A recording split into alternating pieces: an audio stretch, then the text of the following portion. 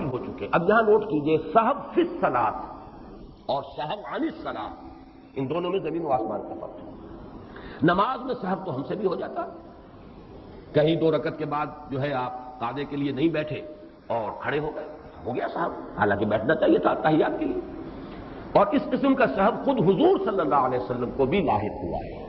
اگرچہ امام راضی نے ایک بات لکھی ہے کہ حضور صلی اللہ علیہ وسلم کے بارے میں ہماری رائے یہ ہے کہ آپ کو وہ سہو حقیقی نہیں تھا، بلکہ یہ بھی اللہ تعالیٰ نے خاص طور پر کروایا تاکہ امت کو معلوم ہو سکے کہ سہو ہو تو پھر اس کا ازالہ کیسے ہو سکتا ہے. اس کی کیونکہ تشریعی حیثیت ہے محمد الرسول اللہ صلی اللہ علیہ وسلم کی، تو اگر آپ کو سہو کبھی ہوتا ہی نہ تو امت کو کیسے معلوم ہوتا کہ اگر نماز میں سہو ہو گیا تو کیا کروں؟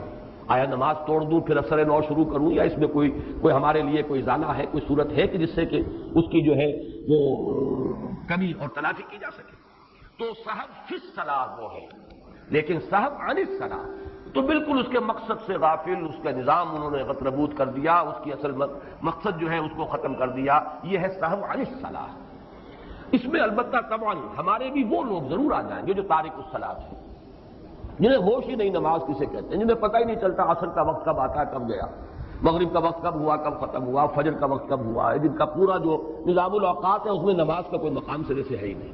تو وہ تو عن الصلاۃ تو غافل ہے. وہ تو الذین هم عن صلاتهم غافلون میں وہ لوگ لازماً آ جائیں گے. لیکن سہو فی الصلاۃ، نماز آپ پڑھ رہے ہیں لیکن وہاں کہیں بھول ہو گئی، وہ بالکل مختلف شے ہوگی. لیکن غافل ہو جانا، مطلقاً تارک ہو جانا، یا پڑھنا تو گندے دان پڑھنا، اس کی کوئی انتظام نہ کرنا، اس کی پابندی نہ کرنا، یا وقت گزار کر پڑھنا.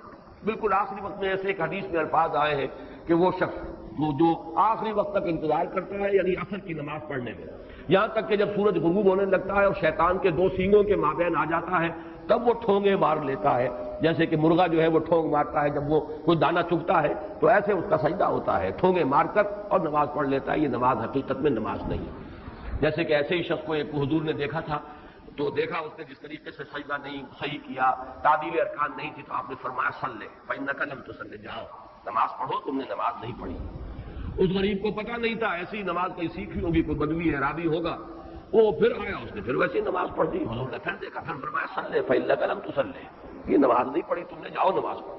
تیسری مرتبہ پھر یہی ہوا، پھر اس نے آخر ہاتھ جوڑ دیے کہ حضور مجھے بتائیں کیسے نماز پڑھوں. تب آپ نے وضاحت کی کہ یہ ہے ہر رکن کو صحیح صحیح ادا کرو، سکون کے ساتھ، وقار کے ساتھ.